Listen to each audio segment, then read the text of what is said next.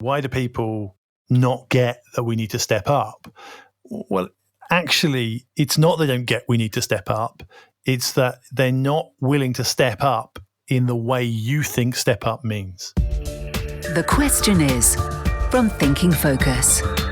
Hi, I'm Ricky from Thinking Focus. Hi, I'm Paul from Thinking Focus. The question is, why do the people I am working with not get that we all need to step up, especially right now? The question is from Thinking Focus, a podcast about how we sometimes get in our own way and what we can do about it. Yeah, I wonder that question every day. No, sorry. No, seriously. I think what you're getting to here is it's to kind of do with mindset or the way we think, but the idea that actually when we come to work every day, we all have a different perception about what work is about and what it's for, why we're there. And in organizational psychology, there's kind of three different reasons that we talk about why somebody would come to work. So what are they then? What are the three? The first one is kind of a job mindset. So I'm coming to work because this is a job, and a job in terms of it's a means to an end. So I'm here because it suits something else in my life. So you tend to find people with a job mindset have things outside of work that are far more important to them than the work itself. The second one is a career mindset. So this group of people are coming to work because of what the work affords them, i.e. what's in it for me. So that might be status, that might be power or money or promotion. So career mindset people very much, like job titles, and they like pay rises, and they like bonus plans, and they like career succession, particularly where they can see that. So you find career mindset people, love big corporates, for instance, where there's career ladders. You can see if I do the right things, I'll get the next level up. They like that kind of stuff. Okay. What's the third one then? The third one, depending on where you are in the world, is a vocational mindset or a calling. So different parts of the world put a slightly different label on it, but it's kind of it's the same thing. And here what we're talking about is the work is important. So I'm coming to work because this work is achieving something or doing something of value, and I perceive that value, and therefore there is some personal meaning in the work for me. Okay. Now, what's really interesting is you could pick any job, the same job, and go, look, I could have any of those mindsets. I was just thinking the same. So you could be working for one of the big charities, which has a very powerful calling, one would argue, but I could still be there with a job mindset, couldn't I? That actually I'm here just to collect the pay at the end of the week or the end of the month. Yeah. Or actually I might have aspirations and goals around becoming climbing the ladder, even though it's still within, that typical kind of calling environment of, say, a charity, for example. Yeah, and I think that's a really good example. That there's a temptation to think that everybody who works in, say, a charity or healthcare, for instance, everybody who works in healthcare is doing it because of the vocation, because the money's not great and the career, and it's just not true. That actually you can go into healthcare and see it just as a job. It just happens to suit you for whatever reason. It works for you, or you might have gone into that role perceiving it was a vocational role.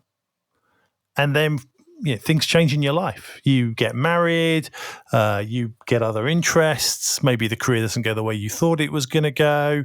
Maybe you had what we beautifully call major life events, which could be anything from a big accident to a change in status, or you get made redundant. Maybe you lose the job you love and you go and do a similar job somewhere else. All of these kind of weird things going on may change your relationship or your mindset to the work.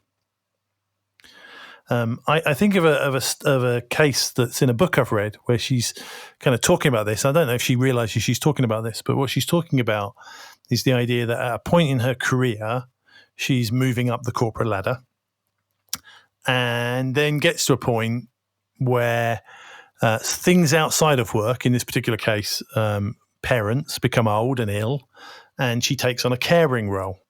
And so for a really short point in that career, work moved from a career mindset, I've got to get the next promotion, to a job mindset, I've got to be home by 6. I think the book you're relating to, or certainly there's a similar example in Kim Scott's Radical Candor. It is. That's the book. I couldn't think of the book, and I knew you'd know it, so that's why. Where she talks about the difference between rock stars and superstars in the way she describes it. A rock star is very much in that probably job mindset as you've described it, where but I do it brilliantly. I'm not bothered about climbing the ladder right now because my life is just at a certain point where what's more important to me is to do a great job, but focus most of my kind of energy in that outside world element to that. But also, then it shifted when that personal situation changed. She then focused on what she describes as the superstar, the one that wants to climb the ladder, the one that wants to really set a stall out in terms of performance oriented, in terms of goal achievement and climbing. So the rewards became more promotion, it became status, it became power elements to it. Yeah, and what I find really interesting about that example is in both those cases, she was good at the job, good at the role. I'm going to say role, not job, to be less confusing.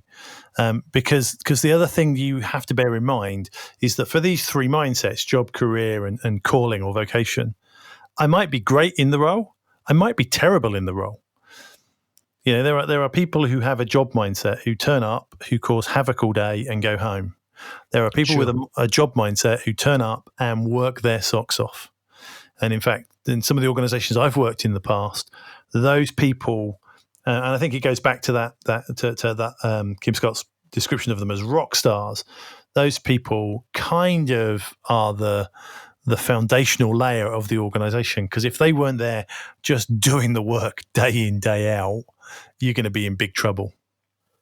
Well, it was interesting when I first joined the work environment, which was a long time ago now. But when I joined a bank, and the expectation of you was that you would do your banking exams and you would effectively climb the ladder. There was a predetermined career path, and if for some reason you didn't want to follow that path, then that was it reflected bad on you. Not that you could do a great job and do that well, and that would be accepted. You were expected to climb the ladder. You were expected to go through the grading systems, the promotion. It's really interesting. When I studied this a long time ago, when I'm kind of doing my qualifications and I'm at university, when we got to this kind of topic in organizational psychology, they gave us 3 papers. So the job paper was about fast food jobs, basically. So it wasn't the job adverts when you say job paper. It wasn't the no, it wasn't. They didn't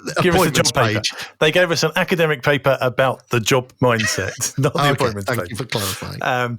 And with the vocation stuff, I think if I remember rightly, it was about zookeepers who are highly, highly qualified, studious people who earn nothing, who are badly paid, and no one wants to move up the organization because you don't become a zookeeper to become management. You become a zookeeper to work with animals.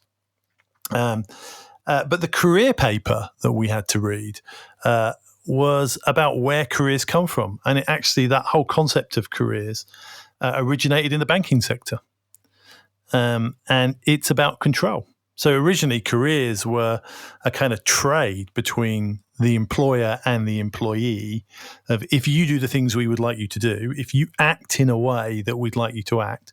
And quite a lot of that had nothing to do with work, by the way. It was about moral and public-facing behaviors. So you didn't get drunk in public. You didn't do the wrong things. If you did those things right and in line with the behaviors the bank had set out as being good behaviors, then we will promote you every so often in your career, and you will end up being a senior bank manager in your community. And if you do those things wrong, we will wheedle you out of the bank because we don't want people around here like that. So career kind of comes from that history, and therefore that pressure you felt, even though that was, I don't know, it was probably in the Victorian times when these ideas were first thought about. But yeah, when you're in banking, probably not 100 years, probably 20 years later after the Victorian times, when you're in banking at the start of your career, you still feel that pressure. That if you have this mindset and by the way, if you don't have this mindset, what are you doing here? But you have this mindset, you have to act within the rules. Yes, but you also ended up with it kind of forced some different behaviours, because now I was in competition with others for that promotion. So, they weren't given automatically. There was still a level of benchmarking going on against others. So if I was in that superstar, rock star category, the superstar would get favoured, even though I was, in this example, even though I may be doing a solid job, doing it well, doing it to a great level. Yeah, and I find that really fascinating because before I got into this world, I was working and running sales teams, and I always kind of noticed if you had a sales team full of superstars, so really good career mindset people, you were in trouble if you were managing that. Yeah, because at the end of the day, they all wanted the promotions and they all wanted the big bonuses, and I mean I've seen it in other teams where the manager would move on. They all assumed they were the next in line to be the manager. And I've had it even happen to me where I've suddenly got the job to find out that the 4 or 5 key people in the team have now all applied for other jobs because their career mindset has kicked in and gone, well, if I'm not getting it here, I need to leave then. So I think again, it's really easy to kind of understand this through the lens of, well, everybody thinks like me, but they don't. And you need some balance of these different mindsets to make it work. But that doesn't mean we should lower the expectations. So, what a good job looks like needs to be clearly defined, and people manage to those expectations. In career, they kind of know that, but also you still need to manage expectations in a different way, because if opportunities aren't available or aren't available yet, then we have to manage the, how people's attitudes might change when they think, well, I've worked my rocks off and now you're not giving me what I think I deserve or even expect, given what you've done for others. And I think this goes back to the original question, why do people not get that we need to step up? Well, actually, it's not they don't get we need to step up. It's that they're not willing to step up in the way you think step up means. Yes. So for it, I'm going to use career mindset because a lot of the people we meet and work with, because they are senior in organizations, typically, not always, but typically have this mindset because that's how they got to that level in the organization in the first place. But they're looking down the organization going, well, what I mean is everybody needs to work later and stay longer and miss lunch and do other, et cetera, et cetera, et cetera. And you go, well, if you play that through the lens of a job mindset, what you're basically saying is I have to give up the stuff that's important for me to do things so that you get the things that are important for you. And when you say it like that, that's clearly not very fair. No, if you play it through the lens of a vocational mindset or a calling mindset, what you're saying to people is we have to sacrifice the quality of this or the importance of this, or we're doing things in a way that isn't quite right for whatever reason, but actually mainly because it gives me things I want that you don't value. So again, a good example of that is we're gonna cut this process back a little bit because it saves us money. Well, to a vocational mindset, the process is important. It's either delivering the right outcome or it's not. And the saving money is much more of a career mindset because it's I'm getting something back for it.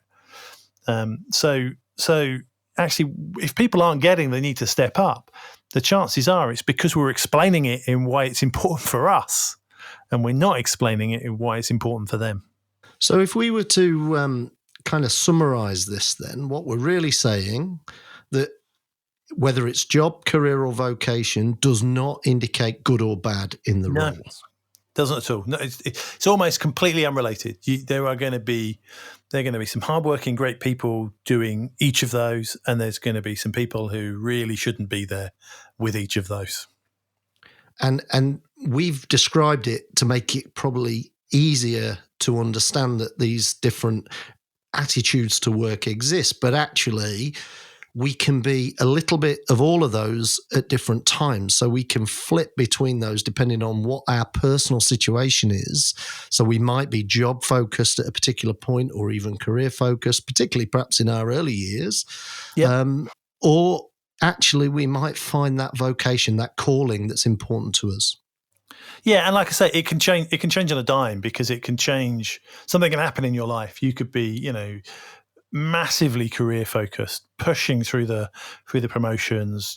Totally concerned about reward and status, and then you have your first child, and for a period of time, work has to take a step back. And some people don't do that. And I'm not just talking mums. I'm talking dads as well. Everybody in this spectrum. May become, just for a period of time, going, do you know what? I've got something else I need to do for a while, and then they'll come back. So we have to gauge people of where they are in their life at this point in time. But more importantly, we have to communicate the challenges that we have around the business through all of these lenses, so that all of these people understand it from their perspective. And one of the challenges I see a lot with leaders we work with is, because they've come from this career mindset and therefore, become leaders in the first place, they assume the things they care about are the things that will motivate the people around them. So they talk about money and reward and promotions and personal return, and mistake that for being what everybody wants to hear. And like I said before, a lot of people then hear the wrong messages, because they either hear, and you've got to sacrifice things that are important to you, like time or working hours, or they hear, we're not going to do things right, we're going to cut corners. And that's probably not what they're saying either. I'm not saying that career people just want to cut corners or it's all about the money. I'm saying the way we communicate as career people sometimes sends out completely the wrong message. And then we look at people and go, but I need them to step up. I need them to be part of this. And actually it's us and our messaging that's the very thing that prevents that from happening.